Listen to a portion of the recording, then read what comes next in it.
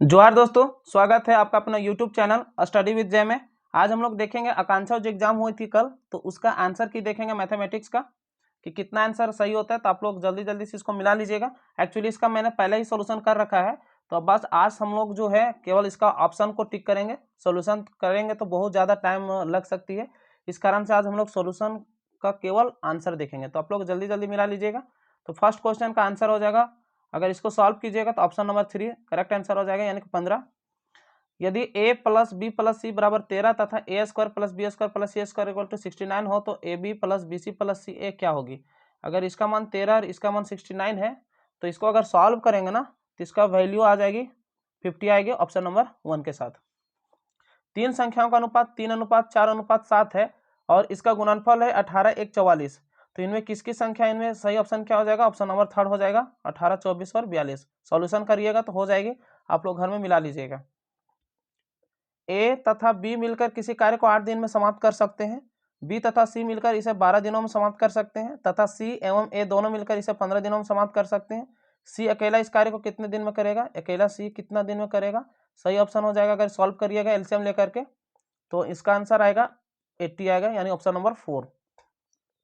Actually मैंने इसका solution पहले ही करा है, इसलिए आज हम लोग केवल ऑप्शन ही देख लेंगे। सॉल्यूशन में काफ़ी समय लग जाएगी इसलिए।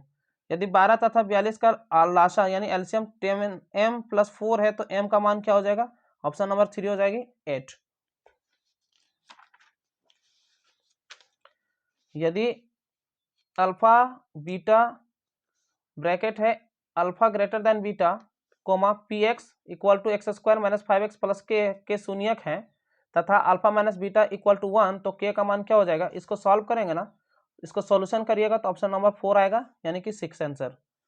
यदि रेखीय समीकरणों a1x plus b1y plus c1 equal to 0 तथा a2x plus b2y plus c2 equal to 0 की जोड़ी किसके अनंत रूप में बहुत हल है, यानी a1 बटा a2 b1 बटा b2। हाँ, ये ऑप्शन नंबर 1 हो जाएगा करेक्ट आंसर।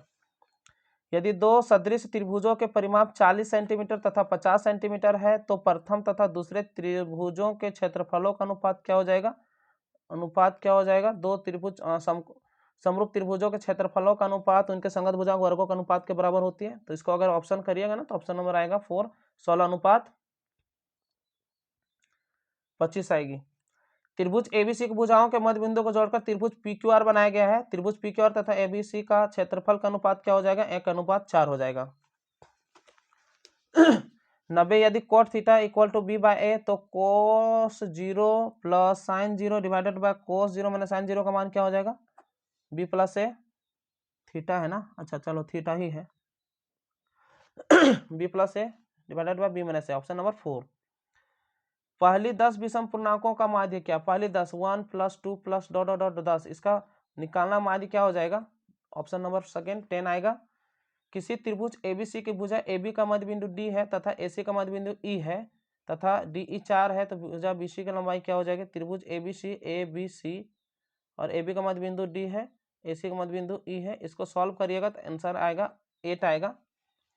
यदि किसी एक रेखा y बराबर px माइनस 2 बिंदु 3,2 से होकर गुजरती है तो p का मान क्या हो जाएगा, option number second 4/3।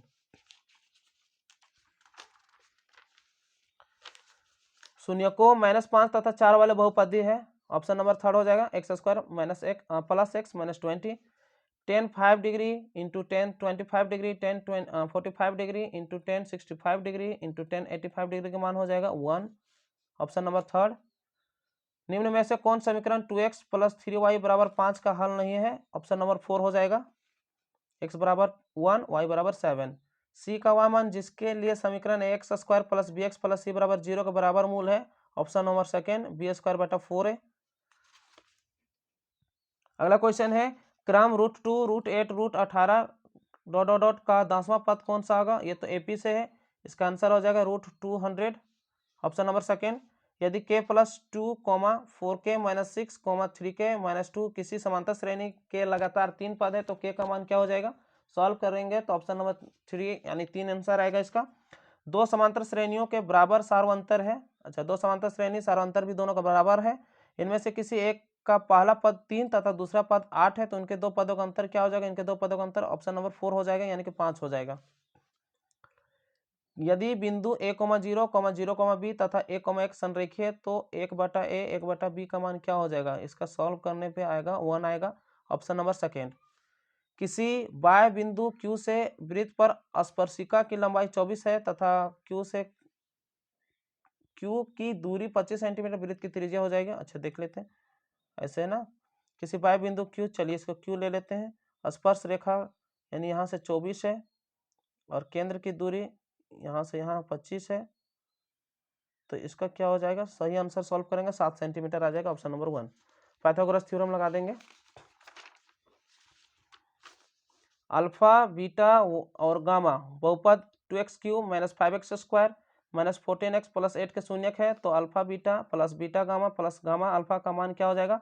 Option number third -7 हो जाएगा। संख्या 3 के पावर -13 माइनस 3 के पावर 10 विभाज्य 2, 3 तथा 13 के द्वारा, ऑप्शन नंबर थर्ड हो जाएगा।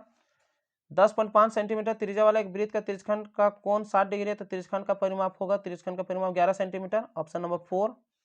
7 सेंटीमीटर त्रिज्या वाला वृत्त का चतुर्थांश का परिमाप हो जाएगा। चतुर्थांश का परिमाप जैसे ये चतुर्थांश का परिमाप होता है ना, परिमाप होता है 2πr, और इसका चतुर्थांश बोला यानी 1/4 × 2πr और +2r हो जाएगा, +2r हो जाएगा। क्यों हो जाएगा भाई? क्योंकि एक त्रिज्या इधर भी, एक त्रिज्या इधर भी। इसको सॉल्व करेंगे तो ऑप्शन नंबर 25 हो जाएगा, सॉरी 4 हो जाएगा ऑप्शन नंबर, यानी आंसर 25। किसी घन का आयतन तथा किसी गोलक का आयतन का अनुपात जो कि घन के अंदर ठीक ठीक बैठ जाएगा, सही हो जाएगा। इसका आंसर नंबर फर्स्ट के साथ जाएगा 6:π। 2 लंबवृत्तीय शंकु का आयतनों का अनुपात 4:5 है तथा उनके आधारों की त्रिज्या का अनुपात 2:3 है, तो उनके ऊर्ध्वाधर ऊंचाइयों का अनुपात क्या हो जाएगा? 4:5 है और आधार की त्रिज्या 2:3 है। इसको सॉल्व करेंगे तो आपका आ जाएगा ऑप्शन नंबर सेकेंड 9:5। एक जार में 24 कंचे हैं जिनमें कुछ हरे हैं और शेष नीले। यदि इस जार में से यादृच्छिक एक कंच निकाला जाता है तो इस कंचे के हरा होने की प्रायिकता 2/3 है। जार में नीले कंचों की संख्या क्या हो जाएगी? 8 हो जाएगी। करेक्ट ऑप्शन नंबर सेकेंड के साथ। यदि समीकरण x² - 4x + a = 0 कोई वास्तविक मूल नहीं हो, कोई वास्तविक मूल नहीं होगा कब? जब a > हो जाएगा 4, यानी कि ऑप्शन नंबर 4 के। जब x + y / xy = 2 तथा x - y / xy = 6 है, तो y का मान क्या हो जाएगा? सॉल्व करेंगे तो इसका ऑप्शन नंबर 3 हो जाएगा, 1/4। निम्न आकृति में DE समांतर BC है, x का मान क्या हो जाएगा? इसमें x का मान क्या हो जाएगा? सॉल्व करेंगे ना, थेल्स का प्रमेय लगाएंगे, आएगा √7 आएगा, ऑप्शन नंबर 4।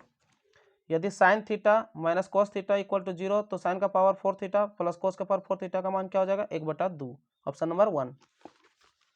माध्य माध्यिका तथा बहुलक के बीच संबंध फॉर्मूला है 3 माध्यिका = 2 माध्य + 1 बहुलक, यानी कि ऑप्शन नंबर सेकेंड के साथ जाएगा।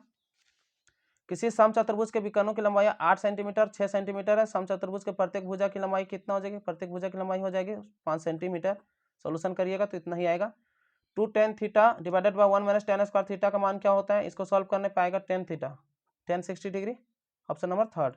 लोहे का बेलनाकार छड़ जिसकी लंबाई उसकी त्रिज्या की 4 गुनी, अच्छा बेलनाकार छड़ जिसकी ऊंचाई जो है त्रिज्या की 4 गुनी को पिघलाया गया है तथा उसको बराबर त्रिज्या गोलाकार गेंदों में ढाला गया, गोलाकार गेंद में ढाला गया, ढाले गए गेंदों की संख्या क्या हो जाएगी? ऑप्शन नंबर सेकेंड हो जाएगा, यानी कि 3।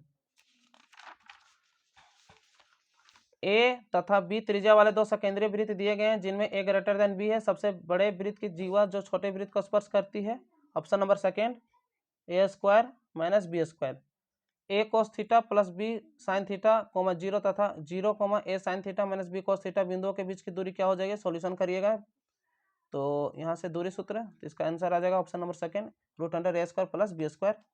और एट लास्ट क्वेश्चन है k के उस मान को निकालें जिनके लिए जो समीकरण है निकाला है x - ky = 2 3x - 2y = -5 का एक अद्वितीय हल होगा। इसको सॉल्यूशन करिएगा तो चारों ऑप्शन में कोई ऑप्शन नहीं आता है, चारों ऑप्शन में कोई ऑप्शन नहीं आएगा, इसलिए क्योंकि इसका अद्वितीय हल होता है कब? a1/a2 = b1/b2। इसको सॉल्व करिएगा ना, not equal to b1/b2। Solve करने पे इसका मान आता है k ≠ = 2/3, k ≠ = 2/3, बट यहाँ ऑप्शन तो k ≠ = अच्छा -2/3, k ≠ - 2/3 आता है, बट यहाँ पे k = 2/3 है, तो ये ऑप्शन तो है नहीं, इसलिए इसका सही आंसर ये हो जाएगा, ये आपका बोनस में हो जाएगा। तो ठीक है, चलिए आप लोग मिला लीजिएगा कितना आंसर हुआ। इसके बाद हम लोग आते हैं बायोलॉजी का। बायो का जिसका बायो होगा वो आप लोग बायो मैच कर लीजिएगा। प्रकाश संश्लेषण का भंडारण उत्पाद है कौन सा? Glucose, option number 1। स्वपोषित जीवों के अंतर्गत है कौन सा? हरे पौधे जो अपना भोजन स्वयं बनाते हैं, ऑप्शन नंबर 3। परपोषित जीव का उदाहरण है फीता कृमि, ऑप्शन नंबर 1। अधिकतम एटीपी के दौरान उत्पादित होता है क्या? Glycolysis, option number 1। वाहिकाएं जो रक्त को हृदय से शरीर के विभिन्न अंगों तक पहुंचाती कहलाती क्या कहलाती? धमनी, ऑप्शन नंबर 1। पायरुवेट का भंजन द्वारा कार्बन डाइऑक्साइड जल तथा ऊर्जा उत्पादन में होता है कौन सा? Mitochondria, option number 2। पौधे में जल तथा खाद्य सामग्रियों का परिवहन किसके द्वारा किया जाता है? जल तथा खाद्य, जाइलम फ्लोएम, ऑप्शन नंबर 2। मानव के उत्सर्जन तंत्र की इकाई क्या होगी? किडनी हो जाएगी, ऑप्शन नंबर 3। पौधों में उत्सर्जन होता है किसके द्वारा? स्टोमेटा के जरिए, ऑप्शन नंबर 3। पौधे में तना की वृद्धि में सहायता करने वाला हार्मोन कौन? जिबेरेलिन, ऑप्शन नंबर 3। मानव शरीर में तंत्रिका तंत्र की इकाई को क्या कहते हैं? न्यूरॉन कहते हैं, ऑप्शन नंबर 2। मस्तिष्क के लिए उत्तरदायी किसके लिए? चिंतन, हाँ। शरीर का संतुलन, ये भी सही है। हृदय स्पंदन के नियम, सभी, यानी ऑप्शन नंबर 4। नेक्स्ट क्वेश्चन है 93। दो न्यूरॉनों के बीच के अंतराल को क्या कहते हैं? सिनेप्स कहते हैं, ऑप्शन नंबर 2। का पाचन द्वारा एमिनो अम्ल प्रस्तुत होता है किसके? प्रोटीन के पाचन से, ऑप्शन नंबर 3। अमीबा में प्रजनन की विधि है कौन सा? अमीबा द्विखंडन, ऑप्शन नंबर 1। निम्न में से कौन जीव पुनर्जनन विधि द्वारा जनन करता है? Planaria, option number 3। निम्न में कौन जीव मुकुलन द्वारा जनन करता है? ईस्ट भी, हाँ। हाइड्रा भी, दोनों हो जाएगा, यानी कि ऑप्शन नंबर 3। ब्रायोफाइलम में प्राकृतिक विधि द्वारा कायिक संवर्धन के द्वारा किसके द्वारा? पत्ता कलिका, ऑप्शन नंबर 3। उद्विकास प्राकृतिक वर्ण के कारण हुआ था, यह परिकल्पना किसने की थी? चार्ल्स डार्विन ने किया था, ऑप्शन नंबर 4।